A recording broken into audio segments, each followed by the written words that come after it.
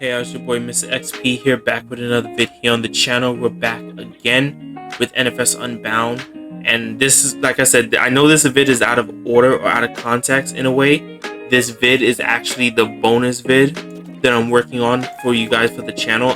This is gonna be me explaining the mixtape. I kind of turned down the volume so you guys won't hear it, but I'm gonna probably find like a good song or something that I know that won't get me in trouble over the vid. So if it repeats, then you know. If not, I just use the vid I'm at the song I'm gonna find to put for it. So the first thing I'm gonna do is explain about the new menu. Well, not the new menu. I think it's the settings. It's not really the settings. I'm not sure, but I'm gonna go ahead and probably showcase the carrier mode.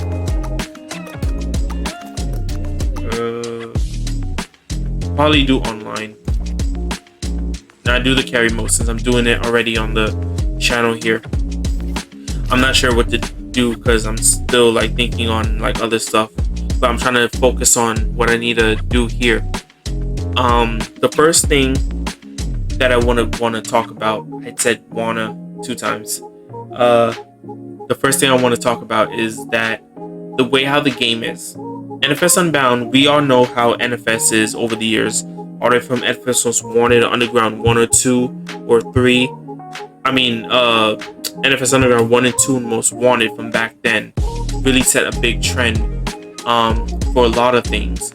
The first thing I would say with NFS UnBound is the way how we had changed over the years. Every NFS game is unique and had its own thing. NFS Most Wanted was known for basically racing, and you had like the different kind of races, like you had knockout, you had time attack, well not time attack, but you had the checkpoint one, you had drag racing, you had circus, you had sprints, you know what I mean? You had like certain races you were able to do in NFS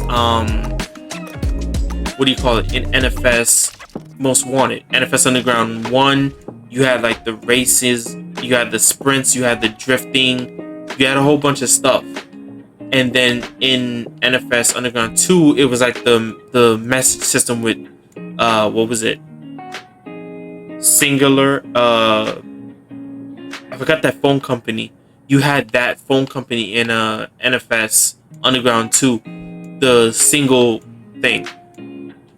Every time you would get a text or call, it comes from that singular phone call that you would get, and it will always be something that, you know, that was always simple in a way. And it was really funny that was something that was for NFS Underground 2. Then, like I said, back to Most Wanted, you had like the system thing with the same thing with the phone with singular, and then you had like the different forms of what do you call it? Let me see. You had the different forms of way to get like coin in Most Wanted, but yet it was a lot of fun because a lot of people played the game over and over, and there was like a lot of things that you were able to do because NFS Most Wanted, it gave you a sense of replay value. Like you were able to play the game over again and explain a lot of things and do a lot of things that you weren't able to do before. And if you made the new save file that was on the PS2, you wouldn't have to worry about like having to delete the game just to start over again. That was the fun thing about NFS Most Wanted. The second thing with Most Wanted, why it was so like loved and the most favored by many people playing it, including me, is the way how the gameplay mechanics was like really smooth. Everything was smooth in a way that it was able to do certain key things. For example, you were able to go ahead and do 1 or 2 things that really mattered. And let me see, what am I doing? Oh, it's a head-to-head. I didn't know that. Okay. You were able to go ahead and the way how it was, the factor of you racing a certain way in NFS Most Wanted, it was the mechanic of drifting and racing that was completely mixed together with both, and it was really smooth. That's why you were able to jump in and out of races so much in NFS Most Wanted, and it felt rewarding too. So with that being said, it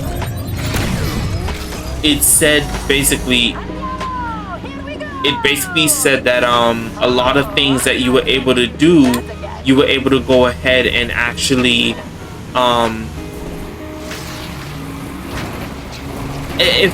if you kind of understand what I'm trying to say, is that you basically were able to go back and forth, and everything wasn't as hard as it was before.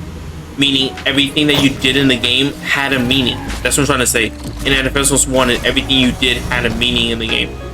So with that also being said that way, also the carry mode, it also even gave you a little hint of wanting more with Razor and the Blacklist.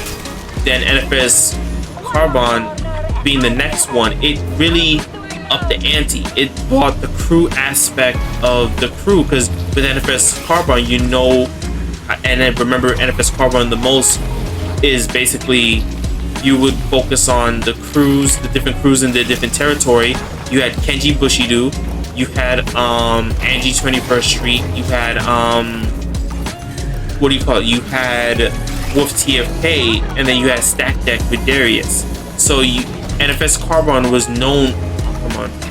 NFS Carbon was known for the different crews, and with that being said, also known for the canyon races. So in NFS Carbon, you were known for racing in the canyon against each crew boss at the end of each territory. When you beat them in the city, you have to own them in the mountain. So that was one fun thing. That was one thing that was always fun, racing, you know, in NFS Carbon, and able to race in the mountain and also race in the city with the different crews. That was one key element thing for NFS Carbon. And also the mechanic of having the crew members you race with, like Neville and Sal and everybody. Yeah, that was one cool thing you were able to do. So the crew members, they ended up giving you like twice as much help in a race. If they finished the race before you didn't really win the race, your crew member did, and you basically lost part of the race, just that your crew member won it for you.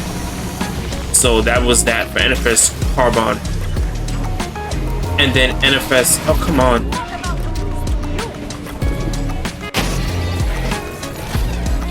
And then NFS Pro Street was the next game. But NFS Pro Street, I would explain that differently, because NFS Pro Street, come on. Oh wow. So NFS Pro Street introduced a lot of new things. NFS Pro Street had brought the element of the staff and the factor of you racing in a way, and you were able to go ahead, and when you race in NFS Pro Street, there was different categories. You had Scout, Time Attack, you had Time Attack, Scout, Circuit, Sprint, Drag Racing, Drifting races. You had certain key races in certain areas. So what happened is that with NFS Pro Street having those key races, you were able to go ahead and basically do like, you do this, you end up having not much of a problem. You able to do your thing here and here, and NFS, what do you call it? Oh, I can't fast travel. NFS Pro Street was able to basically give you more races than you had before. So with NFS Pro Street, they were trying to expand the content, but they did it too much. The reason why NFS Pro Street didn't have much fans the other way liking it is because that excuse me, the reason why not a lot of fans were behind NFS Pro Street was because that NFS Pro Street ended up having too much races, because in each category there was like 5 races each. But if you did that for one section, that was only for one part of the staff. You never even finished the other half. So how are you supposed to beat NFS Pro Street? So that NFS Pro Street was just overhauled with a lot of races and a lot of events and everything like that. They even added the progressive. People don't remember that they had the progressive car insurance thing in NFS Pro Street, and that was a pain in the butt to have or to deal with. I'm telling you, the progressive car insurance thing, if you crash your car, you were not able to use it unless you had tokens to fix it with the progressive car insurance thing. And if you didn't do it in the next race or the next category of the staff, your car would still be impounded or totaled or whatever. So you needed to stack up the progressive car insurance tokens to fix the car to use it in the next race. It was hard as hell. Like, you had to use the cheat codes in NFS Pro Street. You had to use the car insurance tags to basically do all of that in a way. And it was really hard and funny that that was something that many people don't remember. And that was one of the things I felt like that was unique with the crown, and included with the Showdown King with Rio Watanabe and all the Street Kings on the top of the crown at the top of the staff. They were like, it was hard to do anything. So in a way, it was like, what was the point? Oh, come on. It was like really hard to do any key thing, any key races. You weren't able to do anything or move or make a move on the staff or make any changes in the game. It just felt minor changes. Like, you were spending more time trying to focus on scouting and, like, you know, try to farm the coin or the progressive car insurance tokens, like I said, to do something in a way. And it felt like you weren't beating the game, so it felt overhauled. The next game was NFS I think Shift 1. NFS Shift 1 tried to be like the next Froza, because I tried to introduce track racing to racing streetwise with all the basic street racing cars that we already have in NFS history on a controlled environment or a track. That's basically what it was. So, but in a way, like I said, it didn't turn out the same way, and many people didn't like NFS Shift 1, because NFS Shift 1, you know, really affected a lot of things. Oh, come on. How did I did not get the XP from that? Yeah, so that's one of the key things. I'm just going over like the little changes for that example, for why we have certain games had like certain effects or little key things that made them what they are in history. So now for NFS UnBound, a few things is like the banking system for like what do you call it, for like certain races or stuff like this. They should have introduced that, because a lot of people don't seem to understand that it was annoying to not know what was going on and why you would lose coin. You don't get it instantly. You had to like figure out how the game mechanic worked in order for you to get more, and it was a lot of things people didn't like. But then yet again, it grew on people like me to understand what all the new changes were. I'm also explaining things a bit wrong, if I'm saying it right, but I know that I'm explaining things how I felt from my experience when I first started playing like NFS UnBound, NFS Heat and stuff like that. It really, you know, shed the light or change a lot of things from my POV to basically be like, okay, this is how the game works now. I'm gonna have to get better at using the game's mechanics this way. So everything that I just now learned, how do I add it to the game and play it to my full advantage? Just like Apex. Apex took a minute for me to understand what I was doing to get better at the game, to then end up being like, okay, now I can handle myself against Diamond and Master Tier and Predators, and I'm able to go ahead and race against certain people, or not race, but fight against certain people that were a bigger or higher rank than me. And that was something that really scared me over time, because I'm not racing AI anymore. Or fighting AI characters anymore. I'm fighting real people that are playing the game just like me, sitting down in front of their Xbox or their PS system and fighting me and they try to outsmart me by doing something I never knew that I could have learned. So that's one of the things. That's the second time I'll mess up the streak. So that's that. And then with NFS, or not NFS, with games in general, every game has to have some make or break moment thing that helps you out or makes you feel like you're on top of the world kind of thing, you know? And I never had that. And NFS UnBound brought something new to the table for me to feel different and play different. And one thing I will say, in the end of times for gaming for me, it really shows that a lot of people don't like or appreciate new changes.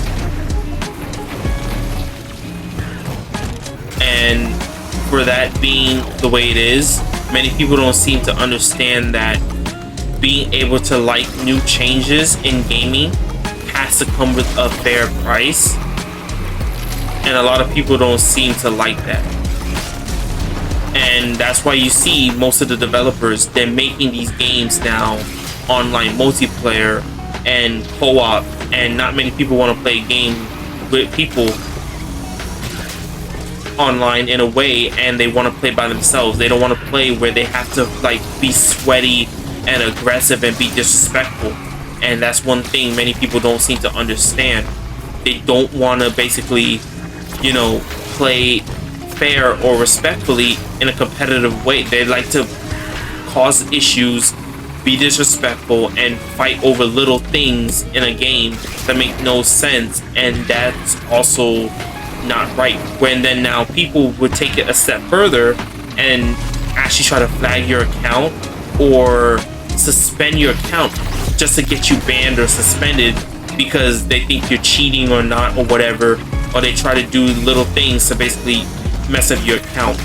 And all that time you grinded and, you know, you played the game and you took your time understanding and learning the game, they're like basically, you know, messing with your hard work and time. Or Uncle Sam, if you spent a lot on the game, they just basically taking that away from you, you know?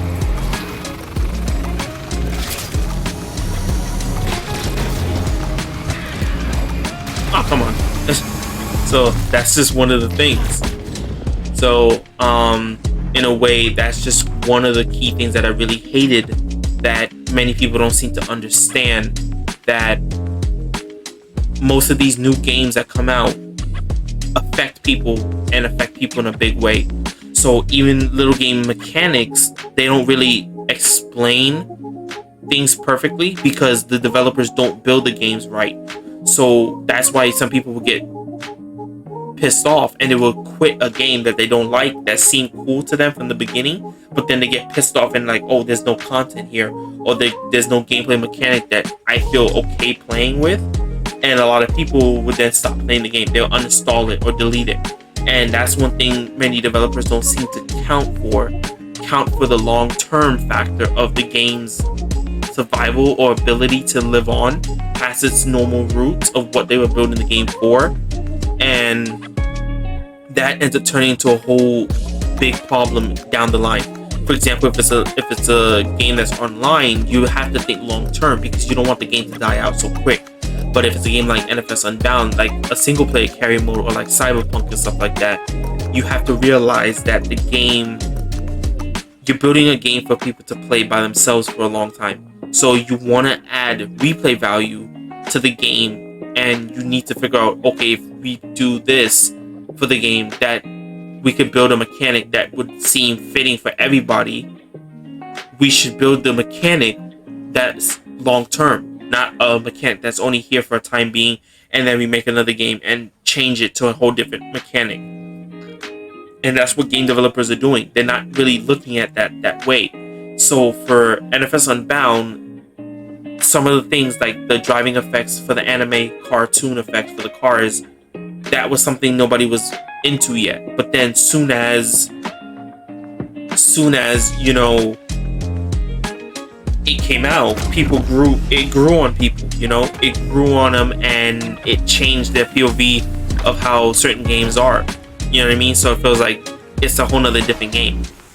So same thing for little things in game for NFS UnBound. The example, break the drift. People never wanted break the drift, and it was an annoying feature because back then you were able to drift smoothly. Now all of a sudden you're not drifting the way you normally do. The reason why you see me drifting here a bit smoother is because I'm tapping the brake and holding the gas. But if, for example, I would do a tight apex, I would basically press and hold the e-brake to drift and do a tighter apex drift like this. I press and hold the e-brake, I'm still drifting. So right there, I just did that, and that's one thing I was able to do. So in a way, I was able to keep my speed right there. And the next thing also as well that people never really counted for is something that I love to do, was music and the mixtape.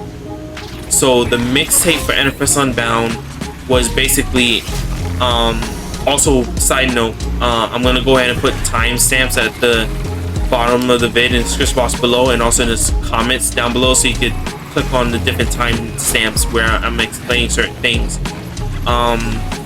So the music is that the music for NFS UnBound, people don't really understand the music, and they say that it's the worst mixtape in NFS history, when clearly it's not. It's actually the best mixtape we ever had in NFS history, because all the mixtapes were diverse, but they were all generic basic stuff that we always hear, like either on the radio or something that we hear, you know, in a random movie. And with NFS UnBound's mixtape, the mixtape for NFS UnBound was diverse for a reason. It introduced Russian, German, Pakistani, Arabian from Dubai, and you know, different rappers or singers from different countries, not just America, and British rappers and singers too. So it introduced certain key things to the mixtape to make the game feel diverse, because the key element of NFS UnBound is that the game takes place in Chicago. So the game, you know, for example, with Chicago, you have, I guess, Chi-Town or whatever. You know, certain people from Chicago talk about Chi-Town or whatever, like Chinatown or some weird thing. A$AP Rocky always supports it, and like Rihanna supports it, and like certain black people in, you know, music, they support Chi-Town in, or Chirac or whatever they be saying, and Jay-Z talks about it or whatever in you know, in come on, in Chicago. And that's one thing too many people don't seem to understand. The music in NFS UnBound is diverse for a reason, because they wanted to step away from, I guess, the generic basic stuff in music in the NFS series. So that's why you see in NFS UnBound the mixtape fits perfectly for certain key things in the game. So I love listening to Ozzy, aka AusserKontrolle. He's a German rapper from Germany, and his music is dope, and I started listening to him, even though I'm learning how to speak Korean and Chinese, and I'm listening to a German rapper. That's just one of the fun things too. So I love that about you know, the factor of listening to a mixtape like that. I mean, a song like that. The next one you also have is Alina, her song Both, I think. I can't say the name because it's a Russian name, but her song is one of my favorite. The next song is also that I like is what do you call it? I forgot the name of it. It's a Pakistani, I think, or Arabian EDM song. It's Tropkillaz or whatever the name of it is. I like that other song. That song, I'll probably show like the little links to the songs. So I'm gonna put like 3 or 4 links to some of the songs I listen to in NFS UnBound in the description box down below, or in the comments down below, so you guys can hear the music I listen to from the game. Oh, now when I'm not even playing NFS UnBound, you know, and it really gives me a lot to think about, because the music is so cool and diverse, it's really something, and it really means a lot. And also you have the Korean song from not Drunken Tiger, what's his face, Tiger something, the song Kolo. That song is cool. And then you have another song that's the Japanese song Ice Cream. So that song is really fun and cool. So a lot of people don't seem to understand that with, you know, NFS UnBound's mixtape, it's really diverse for a reason, and it brings a whole set of new people that a lot of people don't listen to get to now be introduced to these new artists. And also as well, another song, ROSALÍA and what's her face, the song forgot the name of the song, but it's a funny, cool Spanish song. I always listen to it a lot. In a way, that other song is my other favorite song I love listening to in the NFS UnBound, and that's what NFS is. It's like supposed to be diverse and different, and I really love that about NFS UnBound's mixtape. It's diverse, and there's a lot of things that really bring to the table than generic, you know, regular rap songs that I hate, that I don't like. Lil Yachty, Lil Uzi Vert, and Blueface or whatever. I don't care about those other rappers or whatever. They suck or whatnot. And like Migos, they suck. I don't care about them or whatnot. You know, I listen to Future. I listen to French Montana. I listen to what do you call it? G-Eazy. I listen to Logic. I listen to what do you call it? Joyner. I listen to Marshall, Eminem. I listen to what do you call it? J Park. He's a Korean rapper. You know what I mean? Like, that's the thing. I listen to a lot of K-pop mostly, basically. So I can sit here and name a boatload of Korean rappers and singers that I listen to. I wanna Simon Dominic, Korean rapper. What do you call it? You know, that's the thing about the mixtape. It's diverse for a reason, and it feels like you're listening to new music every time. And also, with that being said, the music in NFS UnBound fits the atmosphere perfect for certain things, but not really, because certain songs don't really fit NFS UnBound. And that's just one of the things I would say about that. The next thing I would talk about also as well is not the Favo, because what's his face? Theo, Black Panther, he talks about the Favo. The Favo, they did buff the Favo in one update, I think back in season 4 or season 3. I think they buffed the Favo in NFS UnBound. They buffed it online, and it's one thing that really is different, because in NFS UnBound, the Favo, they're really cool and good, but yet again also kind of hard to deal with. The Favo, really, they're not much of a challenge. They just basically, they're not as aggressive as they need to be, basically what I'm trying to say. They're not aggressive the way they need to be, because the Favo really don't do much unless they, you know, do big damage if you're playing on hard. On hard, I think that the Favo do bigger damage, and I haven't tested it myself yet, but the Favo, they're kind of part strong / weak than NFS Heat. With NFS Heat, they won't stop spawning in your face. That's the thing. In NFS Heat, the Favo spawns, you know, like every 10 seconds in front of you.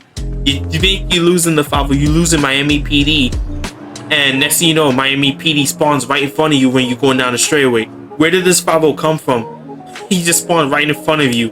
Then you turn around and you try to go the opposite way you were just coming from, and next thing you know, you basically have another Favo Miami PD in front of you. Now you have two. Now you sandwich between two cop cars. I mean, like, it's annoying. So in NFS Heat, they basically made the factor of the Favo, they made them much annoying the other way. So in NFS UnBound, the Favo, what is she doing? A little dance? Medusa. Baby go over there dancing in the corner. I just saw that. The Favo and NFS UnBound, they basically, they're they're aggressive, but not too aggressive in a way where they're annoying. But they spawn like crazy behind you though. Like you have like 5 5.0 cop cars on you, Chicago PD chasing you, and if you're on condition 5, you have like 2 SWAT trucks and then 2 Stingray Corvette cop cars with you, and you can't do anything because it's like, what are you supposed to do when you're between 2 Ford F-150 street racing 5.0 cop car trucks? Like they're literally on you, like you can't do anything.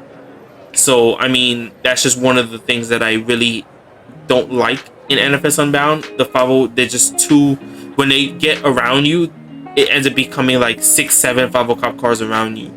With NFS Heat, they just spawn in front of you. At least I'd rather deal with the infinity, the random spawn points in front of me, than having like 5, 6, 7 5.0 cop cars on me in NFS UnBound. So that's one of the things I would say about NFS UnBound is different.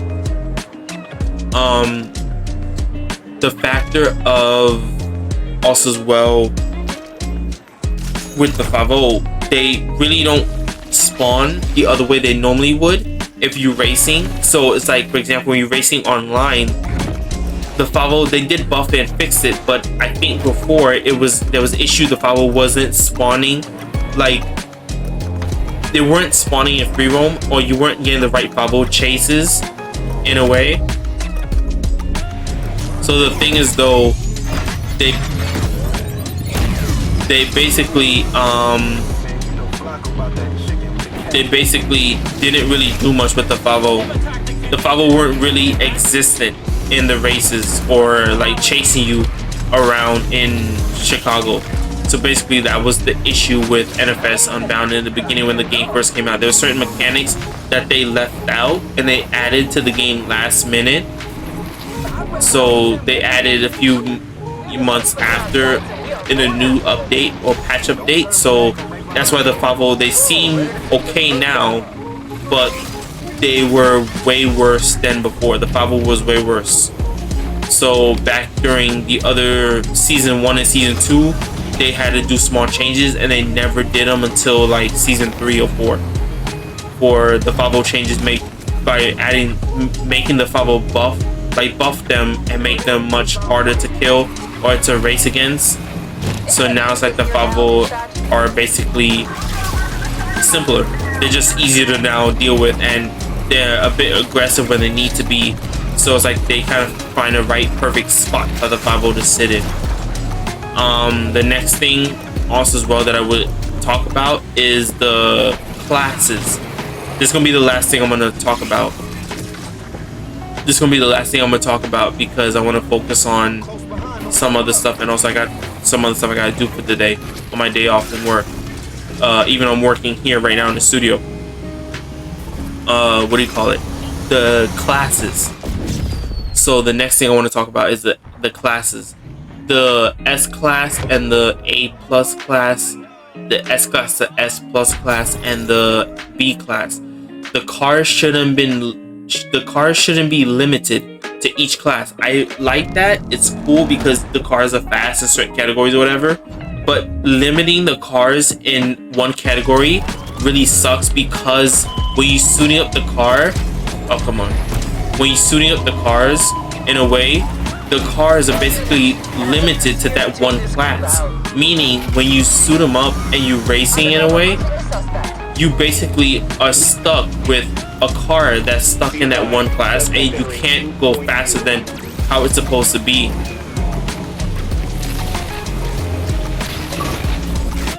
So the thing is, though, the car basically,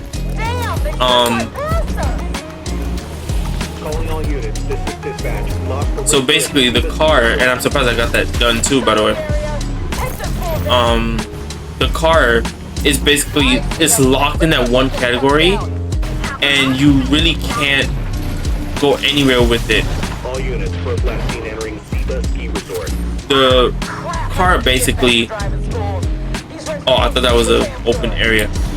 The car is basically locked in that one class, because now you could only race a car in S class or S plus class or A plus class. The car, you can't push the car to its full potential in a race because you're stuck with it in that one class that you built it for. So that's one thing I really hated with NFS UnBound. They limit the cars to one class, and you end up having to basically... Hold on. Wait, where am I? There should be a garage near me. You basically are limited to racing in that one class. The car can't be pushed to its full potential because it's stuck in that one class in a way that ends up not really doing good for you. And when you're racing other people, it's like, how are they winning and you're in the same class? So it makes no sense. So if you race online, for example, if I'm in S plus class, how come my Porsche Taycan is not fast enough to race against a Koenigsegg Regera? I am confused. So it's like, he's faster than me, then yet again I'm in the same class as him. I'm confused. So even though I know how to build the car to its max potential, I just can't race it till its max potential, if you understand what I mean. So basically I can't do anything from that point on. So I end up now having to do extra for no reason, because now the car is basically rendered. For example, let me show you. Like, look at my cars here. Let me go to ratings. See, B class cars. I can only race them. If you look here where it says target tier underneath the car's name on the top right there, you can see it says that the Porsche 911 RSR is only stuck in B class. I can suit it up and take it out of B class, but that means now I can't race this car in B class. So they render the cars stuck and useless in only one class. So for example, another class, I'm gonna go up another class. A plus. My Godzilla right here. Oh no, that's S class. I'm gonna use the Evil right here, the Mitsubishi Lancer. The Lancer right here, it's stuck in A plus class. So now I can only race this car in S plus class because now it's only suited up to be in A plus class. So now let me go here to go to performance. This right here is the thing that really causes a big problem. In NFS UnBound, the cars are limited because of this one particular part for the car. The ECU unit. The ECU unit basically renders the car. Look at A plus class. Every time I go up a notch, it basically nicks the car. It nicks it. It kicks it up to basically maxed out in A plus. So basically, if you buy a new toy, for example, forget my phone. Let me go ahead and do this real quick. Give me. Did I do Rachel 350Z? I think so. I don't think I did. Yeah, I didn't do Rachel's 350Z from NFS Underground 2 because I bought this car. This was the DLC car for free in NFS Heat, but basically they just made it where you had to pay for it in NFS UnBound. The ECU unit for the 350Z. Watch this.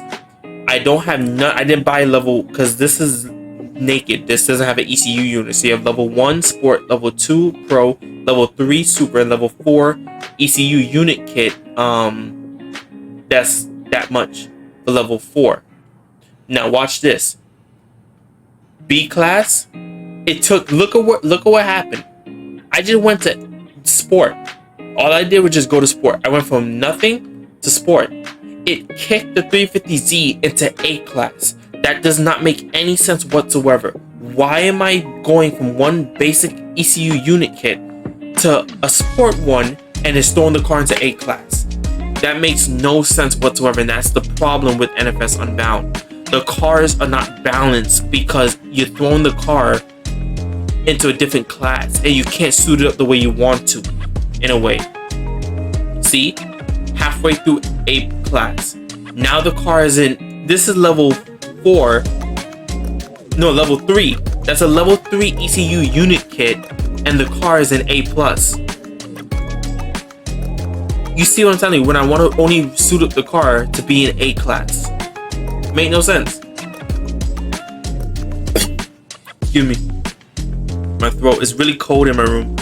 And I have no water and my throat is dry. Yeah, so now the car, the 350Z, is A+. It makes no sense for why the cars are basically like this. So I don't need to basically do that. So let me go to an A or S class toy that I haven't used. I think this Ferrari. I just unlocked it. Now I meant to go to parts. The ECU unit. Look at what it did. It only flicked it up only a quarter of the way. Well, not even a quarter, like only a little bit in S+ class. Oh no, wait, no, I take that back. It's in S class, but now it kicked it to S+. So that's the thing. So it shows you why the cars are like this. So it makes no sense. So what's the point of even using any of these other parts to uneven the car, when basically there's no point at all at using any of these parts, when everybody knows you could be OP in a race by doing the ECU unit.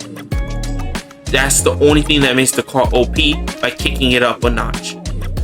It basically, that's all you really need. Just buy a new toy, put an ECU unit in, and then get grip tires or pick whatever tires you need to help balance the car, and then get a max out diff to go ahead and max out the handling and the grip bar, to change it in the handling section right here, to just basically tune the car the way you need it to be.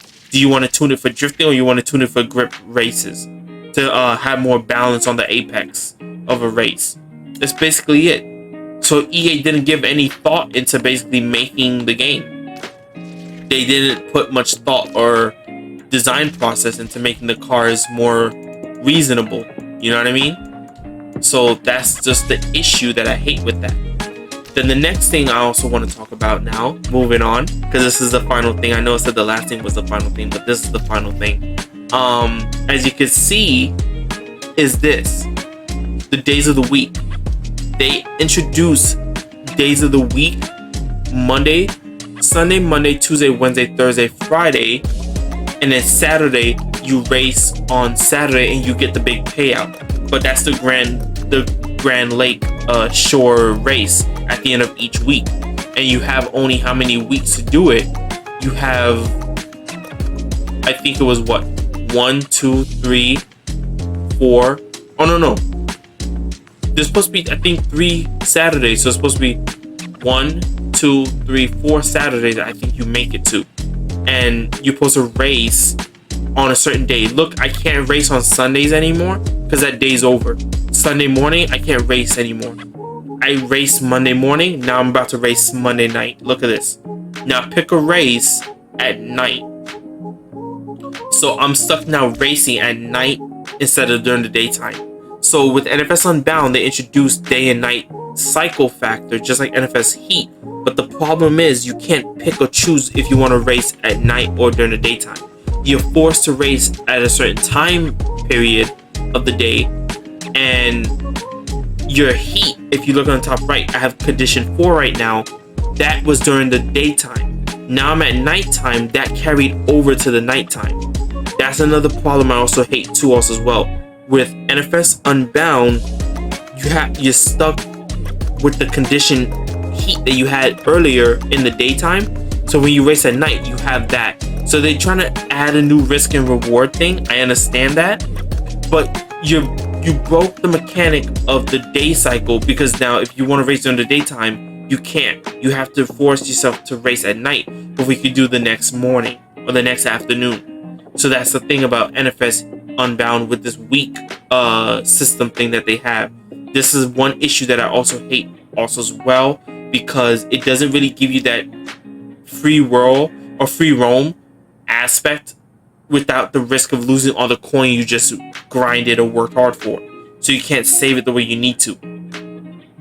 So it's like, as soon as you get in a 5-0 chase, or you do one small speed trap or whatever, you want to go back to the garage to go do something, you just wasted your day. You wasted Monday night. Now you have to start all over again on Tuesday morning.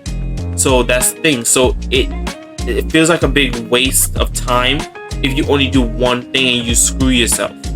So basically there's no point in you even racing or doing the game anymore, because now you just screwed yourself of making more Uncle Sam the other way. So that's just one of the things that I would say about also with NFS UnBound. So that's that. But yeah, that's just me wanting to explain little key things about NFS UnBound and the history a bit about the changes. I almost said changing. I'm gonna say changes. The changes between all the other NFS games over the years from NFS Underground 1 and leading up to now. I know I skipped NFS Shift 1, but I didn't want to go into it because, like I said, I don't want to spend too long talking about the histories of each NFS game that made it unique. But that's just one of the things that I wanted to explain or talk about. So, I'm gonna go ahead and work on that later. Because I'm almost done with the season pass. As you can see, level 74 in the season pass for season 6. I couldn't think of it for a second. And I'm level 68 in rank lobbies, because now I'm in platinum lobbies. I'm thinking I'm close to diamond. I'm not sure. I know I'm platinum right now, so that's how I am. And they finally introduced rank to online, so they introduced rank in a way. Yeah. So that's that. But I'm gonna go ahead and see you guys in the next part. Don't worry, part 2 of NFS UnBound will come soon. I just wanted to make this, in-depth vid about it and explain the key things about the game. And with NFS UnBound, I just wanted to, touch base on the music also. Well, I know I missed one thing, but I'm explaining here at the end of the vid.